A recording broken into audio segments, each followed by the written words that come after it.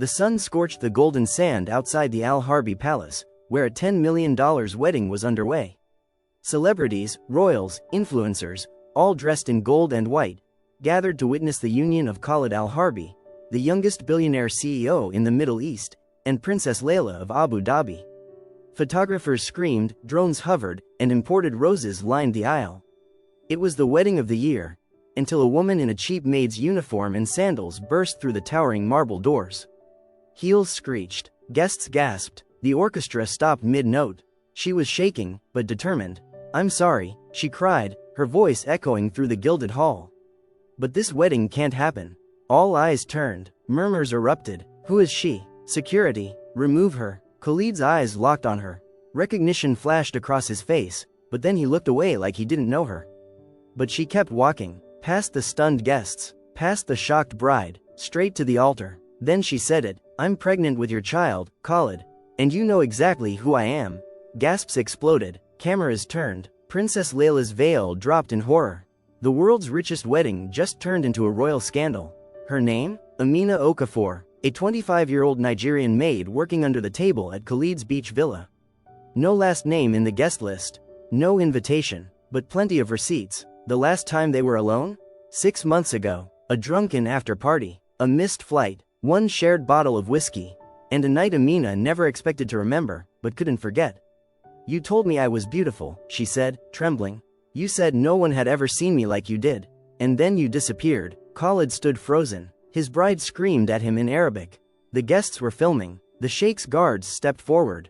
But Amina didn't move. "You don't just get to use me and walk into a fairy tale," she said, clutching her belly.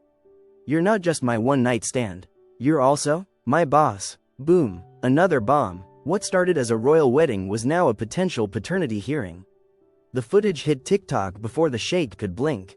Silence fell in the royal ballroom, so heavy you could hear the princess's diamond tiara hit the floor as she ripped it off in shock. Khalid's face? Pale, jaw clenched, hands trembling, not from fear, from fury. "Amina, this is not the place," he growled through his teeth, trying to maintain the image of the charming billionaire prince the world adored. But Amina stood her ground. "Maybe you should have thought about place before sleeping with your maid, boss."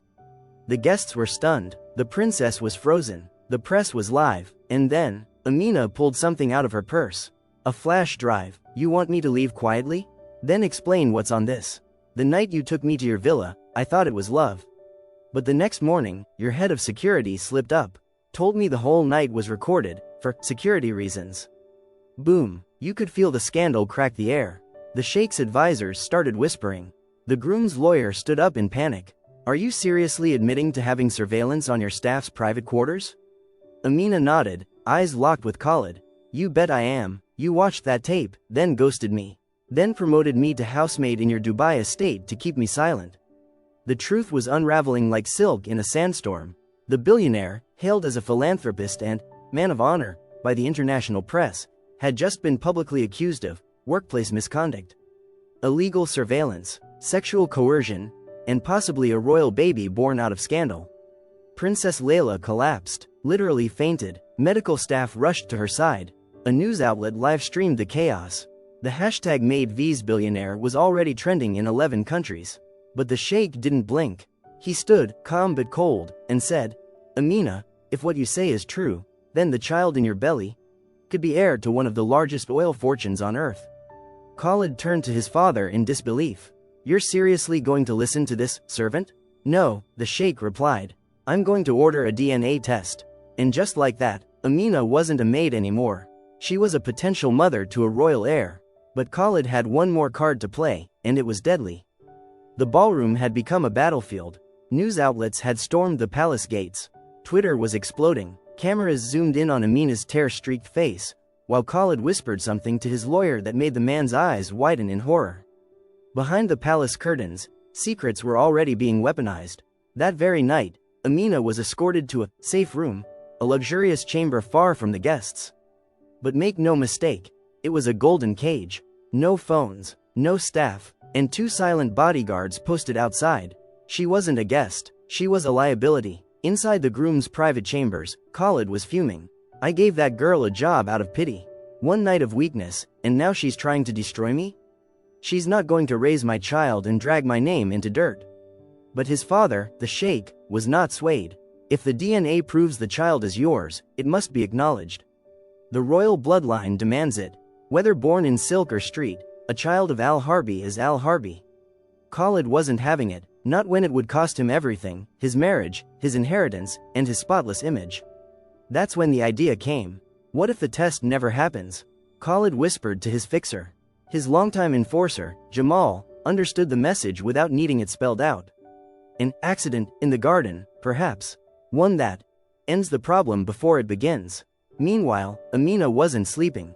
She knew too much, and she remembered something, a contract. Weeks ago, Khalid had made her sign a confidentiality agreement after that night, claiming it was for reputation protection. But Amina had secretly snapped a photo of the document. It didn't just mention privacy. It included a clause about non-disclosure of paternal relations. That one clause proved two things. 1. Khalid knew there was a pregnancy risk. 2. He tried to cover it up in advance. But now, he was planning to erase her and her unborn child. That night, Jamal approached her door. One guard was mysteriously called off duty. The cameras were conveniently down for maintenance. He entered the room in silence, syringe in hand. But as he stepped closer, Amina turned around holding a knife from the fruit tray. Her eyes were on fire. "You think I didn't grow up surviving men like you?" she whispered. "Try me." What happened next? Let's just say, the palace security cameras, miraculously, came back online 5 minutes later. What they captured made headlines around the world. But what they didn't capture was Khalid's real plan. Because while everyone focused on Amina and her unborn child, Khalid had flown to Geneva to change his will. And what he did there would shake the royal empire. The palace was on lockdown. News was everywhere. Royal wedding shattered by Maid's baby bombshell. Arab billionaire's secret child exposed by African servant. #royal scandal trends globally for 72 hours. But far away from the chaos in Dubai, Khalid was in Geneva, sitting in a glass-walled office with his family's most discreet international lawyer. The same one who had buried family secrets, hidden offshore accounts, and forged more than a few birth certificates in the past. Khalid had a cold smile on his lips. "Remove all unborn heirs from my will unless they are confirmed by marriage," he instructed. "If that girl thinks she's getting a cent, she's dead wrong." The lawyer hesitated. "Your Highness, if that child is biologically yours and this becomes public, the backlash could shatter the al-Harbi legacy." Khalid leaned forward, eyes dark. "Then we erase her before she gives birth." Back in Dubai, Amina was alive, but barely. Jamal was arrested after she stabbed him in the shoulder during the attempted injection. But the sheikh, furious that palace violence was now front-page news, placed Amina under formal house arrest. She was 6 months pregnant. She was alone, and she had no proof that Khalid was orchestrating her silencing. That is, until a maid slipped her a handwritten note. "They're watching you." But the sheikh's first wife? She kept everything. There are tapes in the forbidden wing. And DNA samples too. Wait, what? That's when Amina discovered something that flipped the whole royal family upside down. Khalid already had a child. A secret child. Not just that, a black child. Born from a similar affair with an African nanny 11 years ago, and hidden away in Ghana, paid off monthly under an alias. "Your child won't be his first," whispered the maid. "But maybe your voice will be the first to speak." Amina knew what she had to do. She used one of the sheikh's personal assistants to leak the first photo of her baby scan to an international journalist, along with the redacted copy of her NDA and part of Khalid's surveillance order. Within hours, the internet exploded. #Khalid the Predator. #Hidden heirs of Dubai. Billionaire groom has secret African son. Maid threatens to expose royal baby number 2. But Khalid? He was still 10 steps ahead. Because while Amina thought she was starting a war, she didn't know Khalid had planted a fake paternity test. A test that would claim the baby wasn't his. A test that would ruin her forever, unless someone from his past came back from the shadows. Just when Amina thought she had turned the tide, the royal media machine struck back like a viper. An official DNA test report was released, signed, sealed, and delivered by one of the most respected medical facilities in the UAE. It read, "Result, negative. Not the father." Social media turned. Bloggers called her a liar.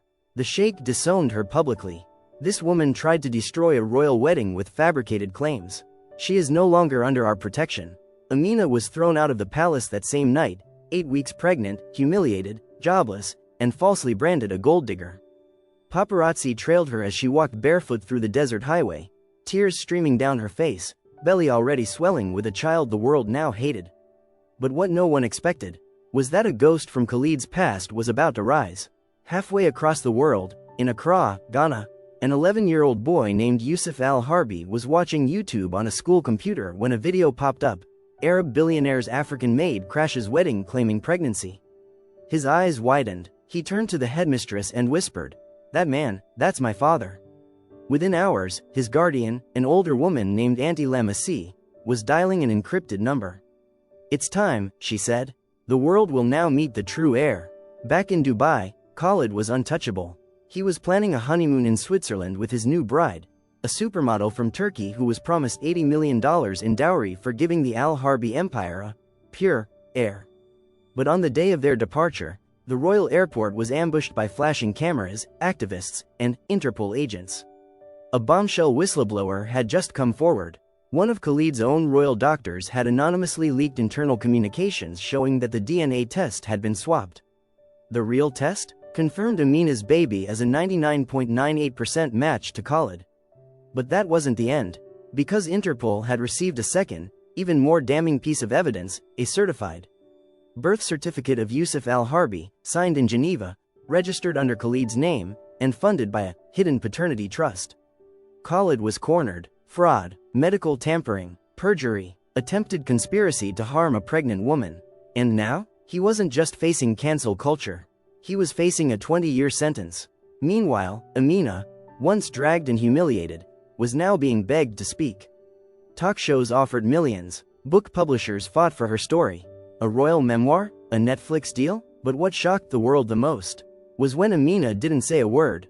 Instead, she walked into a press conference, holding hands with Yusuf, the long-lost heir, and her baby bump on full display. "You tried to erase us," she said calmly. "Now we inherit everything you tried to steal." The press couldn't get enough. The maid who took down a billionaire. Royal heir returns from the shadows. Amina, from house help to power queen. But behind all the flashing lights and headlines, something darker was unraveling inside the Al-Harbi dynasty. Khalid was imprisoned pending trial, but the palace wasn't done protecting its legacy. No Arab royal had ever gone to prison in modern UAE history. And the elders planned to make sure he never testified. That's when the plane crash happened. A private jet transporting Khalid to a Geneva court disappeared over the Mediterranean Sea. No black box, no survivors. The world mourned, or pretended to. But Amina? She didn't shed a single tear. Because days before the crash, she received a mysterious package with no return address. Inside, a confession letter, handwritten. A real DNA report, matching both her child and Yusuf to Khalid. And a photo of Khalid holding her while she slept that fateful night. Written on the back, "Forgive me if you can. I tried to bury you because I was scared, but you were the only woman who ever made me feel human." Amina tore the photo in half. She didn't need his apologies. She had already taken everything from him, without pulling a single trigger. But wait, there's more. With Khalid declared dead, the royal succession should have gone to his bride or her unborn child. Except, she wasn't pregnant. And worse, she fled to Paris with $80 million and filed a lawsuit against the palace, claiming emotional trauma and attempted forced fertilization. Yes, forced fertilization. The entire dynasty was collapsing. And the elders? They turned to the only stable name the public still loved, Yusuf Al-Harbi. Under intense international pressure, the royal council declared Yusuf the legal heir, with Amina appointed his guardian and protector. With billions in trust, power in her grip, and public opinion at her feet, Amina rose like a phoenix. She didn't just reclaim her name. She rewrote history. She founded the Mothers Who Were Silenced Foundation, aiding housemaids and workers across the Gulf. She became a global speaker. And her first public appearance at the UN? She wore the same modest maid uniform she once scrubbed floors in. "I came here as a servant. I stand here as a queen. Not because he gave me power, but because I never let him take my voice." The crowd erupted in applause. But in the shadows of Istanbul, a man watched the speech from a dark villa. Scarred, alive, hiding, Khalid, he never died, he faked his own crash. And he's been planning his revenge ever since. Because this time, he wants more than his empire back. He wants the child, and he'll stop at nothing.